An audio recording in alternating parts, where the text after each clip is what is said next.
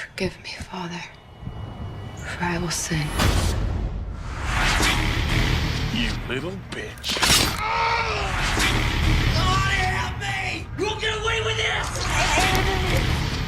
Let me help.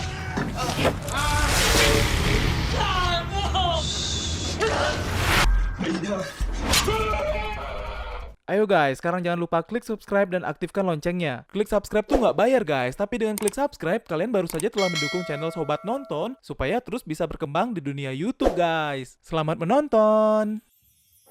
Halo Sobat Nonton, gimana nih kabar pacar kalian yang nyebelin? Baik-baik aja?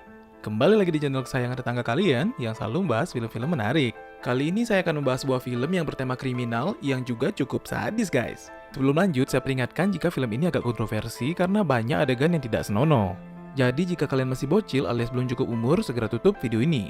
Tapi jika kalian masih penasaran gimana ceritanya, inilah dia I Spit on Your Grave 2010.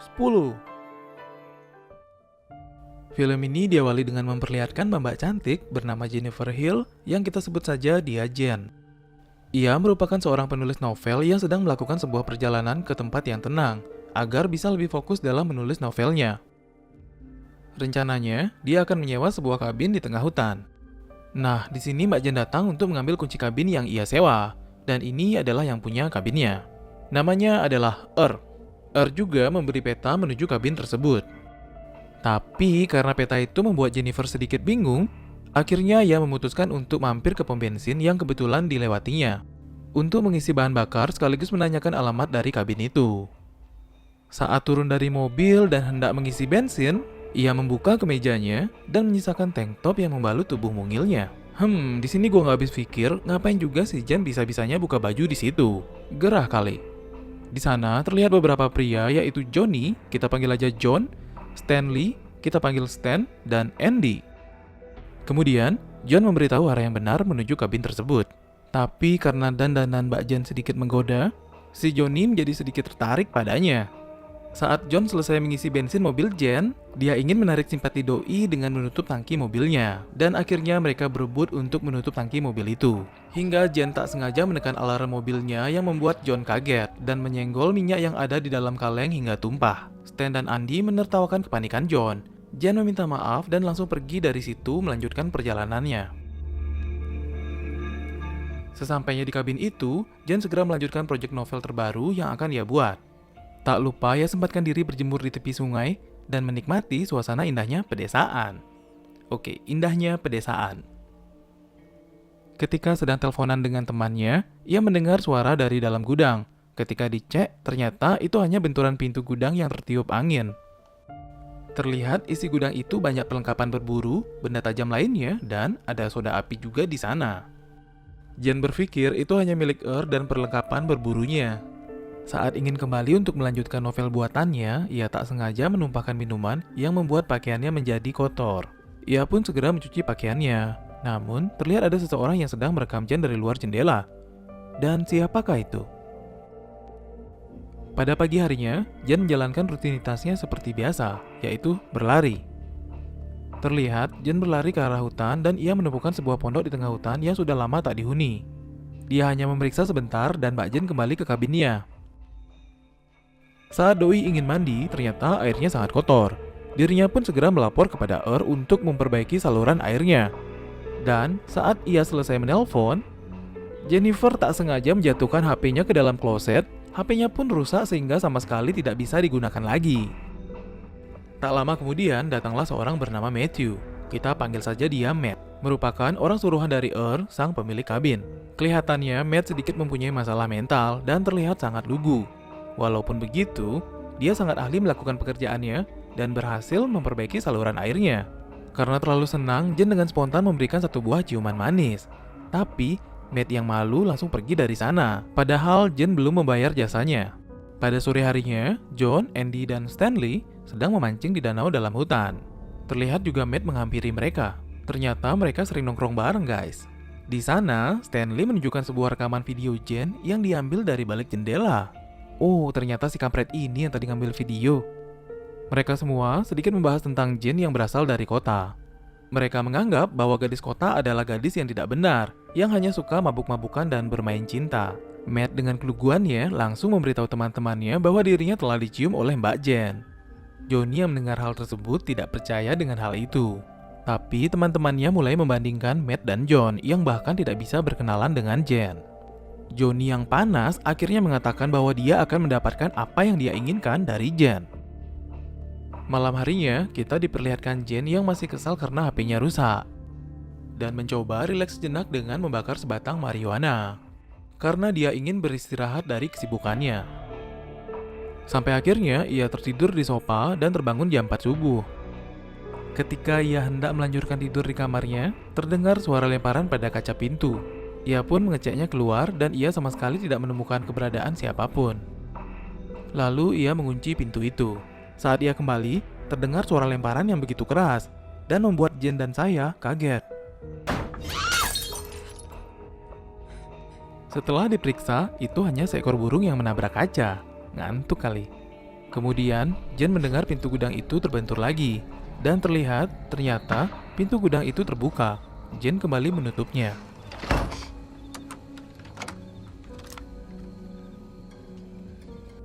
Saat masuk kembali ke dalam rumah, betapa terkejutnya. Jen melihat John, Stan, dan Andy berselfie dengan laptopnya. Dan tiba-tiba, John dan Stan datang dari arah belakang, sementara Andy turun dari lantai atas. Smile real pretty for the camera, girl. Jennifer yang ketakutan mengatakan bahwa dirinya sudah menelpon polisi. Tapi Johnny dan yang lainnya tidak takut dengan ancaman tersebut. Karena mereka semua mengetahui dari Matt jika HP Jen masuk ke dalam kloset. Kemudian mereka memaksa Matt untuk masuk dan beralasan datang untuk meminta upah Matt yang belum dibayar. Saat Jen ingin membayar, mereka semua sudah tidak ingin membahas itu lagi. Mereka bertiga mulai mengintimidasi Jen, seperti binatang yang harus mau melakukan semua perintah dari majikannya. Mulai memegang gigi Jen, memasukkan pistol dan botol ke dalam mulutnya. Saat Andy memasukkan botol ke dalam mulutnya, Jen berhasil melakukan perlawanan. Jen yang mendapat kesempatan kabur langsung berlari sekencang-kencangnya menjauhi kabin tersebut. Sandal yang mengganggu, buang saja. Di tengah hutan, Jennifer bertemu dengan yaitu pemilik kabin, ditemani juga dengan seorang sheriff yang sedang berburu. Jen langsung menceritakan semua kejadian yang baru saja dialaminya di kabin tersebut. Sheriff yang merupakan penduduk lokal mengenali orang-orang itu. Kemudian mengantarkan Jen kembali ke kabin untuk mengecek ke lokasi. Jen merasa sedikit aman dan penonton pun merasa sedikit senang. Di dalam kabin, Sheriff mulai memanggil nama orang-orang itu. Di sini, gua pikir Sheriff akan langsung menangkap mereka. Tapi, dia sama sekali tidak menemukan keberadaan dari siapa-siapa. Saat berkeliling, Sheriff menemukan beberapa botol minuman keras dan sisa ganja yang dipakai oleh Jen semalam. Sheriff menganggap Jen hanya mengalami mabuk akibat terlalu banyak minum. Sheriff langsung menyuruh Jennifer untuk berbalik menghadap ke tembok dan menggeledah tubuhnya. Tapi di penggeledahan itu, Sheriff memegang bagian tubuh Jen yang kurang wajar. Di saat yang bersamaan, John dan yang lainnya masuk. Mereka terlihat sangat akrab. Ternyata, Sheriff ini sudah bersekongkol dengan Johnny dan yang lainnya. Bangsat kau. Maaf. Akhirnya mereka kembali melakukan penganiayaan terhadap Jen. Matt yang sebenarnya adalah orang baik, hanya bisa terdiam ketika melihat Jen diperlakukan seperti itu. John langsung membuka paksa pakaian Jen, sementara Stanley bertugas untuk merekam seluruh kejadian yang mereka lakukan di kabin itu. Selagi merekam, mereka memaksa Matt untuk melakukan mantap-mantap dengan Jen. Awalnya Matt menolak, tapi karena terus-terusan diancam, Matt pun akhirnya melakukan mantap-mantap dengan Mbak Jen. Jen sempat melakukan perlawanan, tapi Matt yang udah nepsoy mencekik Jen dan membuatnya kesulitan bernapas. Akhirnya, tidak ada yang bisa diperbuat oleh Jen. Kaki dan tangannya sudah dipegang oleh kampret itu. Setelah selesai mantap-mantap, Jen keluar dari kabin itu dan berjalan tanpa arah. John dan temannya mengikutinya dan kembali menyiksa Jen, membenamkan kepalanya ke genangan air. Kemudian, mereka mulai melakukan skidi papau dengan Jen secara massal dengan antrean yang tertib dan rapi. Dan betapa kelelahannya Mbak Jen yang membuatnya tepar. Saat mereka sudah selesai, Jennifer yang terlihat sangat lemas tak berdaya memaksakan diri untuk berjalan. Dan sampailah ia pada sebuah jembatan. Di sana, saat Sheriff ingin menghabisinya, Jen yang dalam keadaan putus asa akhirnya memutuskan untuk terjun bebas dari atas sungai. Mereka semua pun akhirnya menjadi panik karena aksi nekat yang dilakukan oleh Jennifer. Si sheriff kemudian menyuruh semuanya menyusuri sungai untuk mencari keberadaan dari Jennifer. Tapi mereka tetap tidak bisa menemukannya. Sheriff takut jika Jennifer selamat, dia akan mengadukan semuanya kepada pihak yang berwajib. Sheriff kemudian membagi tugas kepada mereka untuk melakukan patroli di sekeliling sungai. Tak lupa, Sheriff juga menghancurkan rekaman yang diambil oleh Stanley. Dia takut kalau rekaman itu nanti akan menjadi barang bukti yang berbahaya. Mereka semua kemudian membereskan benda-benda yang berkaitan dengan Jen di kabin itu, mulai membakar pakaiannya dan mempretelkan mobil Jen. Sheriff pun pulang ke rumah. Di sini bisa dilihat dia memiliki keluarga yang harmonis, anak yang berprestasi di sekolahnya, dan seorang istri yang tengah mengandung. Keesokan harinya, Sheriff ke tempat mengantarkan kunci kabin yang disewa Jen. Dia mengatakan Jen sudah pergi dari sana, dan masalah yang dialami Jen kemarin hanyalah halusinasi karena Jen mabuk. 1 bulan berselang setelah tragedi di kabin itu, John dan teman-temannya masih melakukan pencarian dan setiap hari berpatroli di sekeliling sungai. Tetapi sama sekali tidak menemukan tanda-tanda dari Jen. Akhirnya mereka menganggap bahwa Jennifer mungkin telah tewas tenggelam. Sedangkan di tempat lain, terlihat Matt yang merasa bersalah sejak tragedi yang menimpa Mbak Jen. Pada malam hari, sheriff yang lagi santuy menonton TV di rumahnya, menerima telepon dari yang menanyakan perihal Jen yang tengah dicari oleh keluarganya. Kemudian menyuruh sheriff untuk mencarinya, karena hanya dia yang terakhir kali bertemu dengan Jennifer. Scene berpindah. Stanley tampak tergesa-gesa menuju kediaman John, mengatakan bahwa kameranya telah hilang, bersama dengan kaset yang berisi video penyiksaan dan video pemerkosaan pada Jen. Nah, ternyata yang dihancurkan sheriff di tepi sungai itu hanyalah kaset kosong saat Stan ingin mengganti kaset waktu itu. Pastinya, kelalaian itu membuat John sangat marah dan kesal terhadap Stan. Pada malam harinya, terlihat Johnny diganggu oleh seseorang. Terdengar suara benturan pada jendela rumahnya. Ternyata itu hanya seekor burung yang mungkin saja menabrak kaca. Dan terjadi lagi benturan kedua. Setelah diperiksa, itu masih seekor burung. Mungkin temannya burung yang tadi kali. Dan terjadi lagi lemparan ketiga.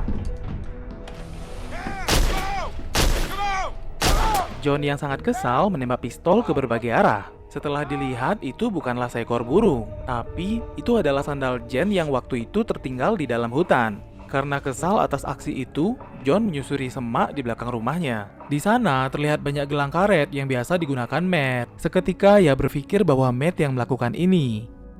Esok harinya, sepulang kerja, sheriff sebagai suami idaman memberikan bunga kepada istrinya. Dan istrinya mengatakan bahwa ada paket yang di dalamnya berisi rekaman. Saat sheriff melihat cover luarnya, tertera nama Stanley di kaset itu. Dia pun langsung pergi dan menanyakan hal ini dan melampiaskan kemarahannya kepada Stanley. Sheriff menodongkan senjatanya kepada Stanley, akan tetapi John mencoba meredam suasana dan mengatakan bahwa dirinya juga diteror oleh seseorang. Pada akhirnya, mereka menuduh Matt sebagai pelakunya. Sheriff kemudian meminta mereka untuk segera mencari Matt dan berusaha lebih keras mencari jasad Jen. Sore harinya, Sheriff dan sedang berburu di hutan. Dengan sengaja, Sheriff menembak karena adalah ancaman bagi Sheriff. Karena tahu Sherifflah orang yang terakhir bersama Jen. Scene berpindah. Matt yang masih meratapi penyesalannya di depan kabin yang pernah dihuni Jen. Tiba-tiba dari dalam kabin ada seseorang yang memanggil namanya. Saat ia memeriksa ke dalam kabin, ia tergelincir dari tangga hingga pingsan. Bangun-bangun, dirinya telah berada di pondok tua di tengah hutan. Dan ternyata, Jen masih hidup dan tepat berada di hadapannya. Jen menatap Matt dari atas sofa dengan penuh kebencian. Dengan cepat, Matt meminta maaf pada Jen karena kemarin dirinya terpaksa melakukan hal yang tidak pantas dan menyesal atas perbuatannya. Kemudian, Jen meminta Matt untuk berbaring di pangkuannya. Setelah itu, Jen mengatakan bahwa maaf tidak cukup untuk menebus semua kesalahan yang telah Matt perbuat. Dan seketika, Jen mencekik Matt dan menyeretnya dengan tali. Keesokan harinya, Andy dan Stanley masih mencari keberadaan Matt yang tak kunjung ketemu. Kemudian, mereka mendengar suara musik dari pondok tua di tengah hutan itu. Mereka mengira itu adalah Matt, dan mereka berlari untuk mendekat. Andy masuk ke dalam untuk memeriksa keadaan, dan Stan memeriksa bagian luar. Kemudian tiba-tiba Jen muncul di hadapan Stan yang sudah menantinya dengan tongkat baseball. Stan segera ingin menangkap Jen, tapi tiba-tiba kakinya terjepit oleh jebakan hewan yang sudah dipasang Jen. Stan langsung berteriak yang membuat Andy datang ke tempat Stan. Jen datang dari belakang Andy dan langsung memukul mereka berdua hingga pingsan. Ketika Andy terbangun, dia sudah terikat di atas bak mandi. Jen mengisi air bak mandi itu hingga penuh, sedangkan Stan diikat pada pohon lalu menyumpalkan bangkai tikus ke dalam mulutnya. Kemudian Jen mengikatkan kail pada kelopak mata Stan lalu diikatkan ke belakang pohon sehingga Stan tidak bisa berkedip sama sekali. Aksi yang dilakukan oleh Jen itu direkam langsung dari kamera Stanley, sebagaimana dia pernah diperlakukan dulu. Sambil merekam, Jen menambah penyiksaannya dengan melumuri perut ikan ke seluruh wajah Stan. Sadis bro. Sedangkan Andy dibenamkan berkali-kali ke dalam bak air, juga sebagaimana dia pernah diperlakukan oleh Andy. Kemudian Jen memasukkan soda api ke dalam air itu. Lalu Jen melepaskan satu kayu penyangga tubuh Andy, sehingga membuat Andy sulit menahan keseimbangan. Dan akhirnya kepalanya tercemplung ke dalam air yang berisi soda api itu, dan tewas dengan wajah yang melepuh. Sedangkan perut ikan yang dilumuri pada wajah Stan memancing sekumpulan burung gagak yang mematuk wajah dan bola mata Stan secara perlahan hingga ia tewas. Sadis. John yang saat itu sedang bertugas sendirian di pom bensin melihat gadis cantik sedang mengisi bensin. Seperti biasa, John segera saja ingin mendekat dan menggodanya. Tapi itu adalah Jen. Jen langsung memukul John dengan linggis hingga pingsan. Ketika tersadar, dirinya telah diikat tanpa busana di dalam pondok tua di tengah hutan. John seperti kuda liar yang ingin berontak tapi tak berdaya. Johnny memohon ampun pada Jen, tapi Jen sama sekali tidak memiliki rasa kasihan. Di situ, Jen tanpa banyak basa-basi langsung mencabut gigi John dan juga memotong burungnya. Jen lalu menyumpalkannya ke mulut John. Sumpah, geli aing. Akhirnya, pendarahan yang dialami John membuatnya meninggal di tempat. Sekarang yang tersisa tinggal Sheriff. Kemudian Jen langsung pergi ke rumah Sheriff. Di situ Jennifer menyamar menjadi guru baru bagi putrinya. Saat sedang menelpon, betapa terkejutnya Sheriff. Ternyata guru itu adalah Jen yang menyamar. Hills. Jennifer Hills. Mengetahui hal itu, Sheriff langsung tancap gas untuk segera pulang secepat mungkin. Saat sampai di rumah, istrinya mengatakan bahwa putrinya dibawa pergi oleh Jen ke sebuah taman bermain. Sheriff pun langsung pergi mencari putrinya ke taman tersebut. Akan tetapi, dia tidak bisa menemukan keberadaan dari putrinya itu. Ketika ia ingin masuk kembali ke dalam mobil, ternyata Jen sudah masuk ke dalam mobil itu dan langsung memukulnya dari belakang. Sheriff disekap di pondok tua tempat John dan yang lainnya disekap tadi. Saat Sheriff tersadar, sudah ada sebuah shotgun yang masuk ke dalam lubang boolnya coy. Dan tepat di hadapannya ada si Matthew yang masih pingsan. Jen mengikatkan tali pada pelatuk shotgunnya lalu diikatkan pada tangan Matt. Otomatis saat Matt terbangun, tangannya akan tergerak dan menarik pelatuk itu. Saat Matt tersadar dari pingsannya, ia melihat Sheriff dalam kondisi terikat. Ia spontan bergerak dan hendak menghampiri Sheriff, mengangkat tangannya, dan terjadilah tembakan ke lubang pantat si Sheriff yang menembus mulut Sheriff dan mengenai dada Matt. Scene akhir ditutup dengan Jennifer yang duduk di luar dengan tenang sambil mendengarkan kicauan burung. Dan film pun berakhir. Oke, sebenarnya film ini ada kelanjutannya di part 3 yang rilis di tahun 2015 yang menceritakan kehidupan Jen setelah kejadian ini. Dan jika kalian tertarik, saya akan membahasnya di video selanjutnya. Jarang-jarang ada film psikopat yang lahir dari korbannya. Ya, seperti di film ini, Jen menjadi sosok pembunuh berdarah dingin setelah mengalami pelecehan dan hampir menjadi korban pembunuhan. Film ini juga mengandung pesan jangan menilai seseorang dari penampilan luarnya saja guys. Jadi gimana nih menurut kalian film ini? Tulis di kolom komentar ya. And see you on next video. Bye-bye.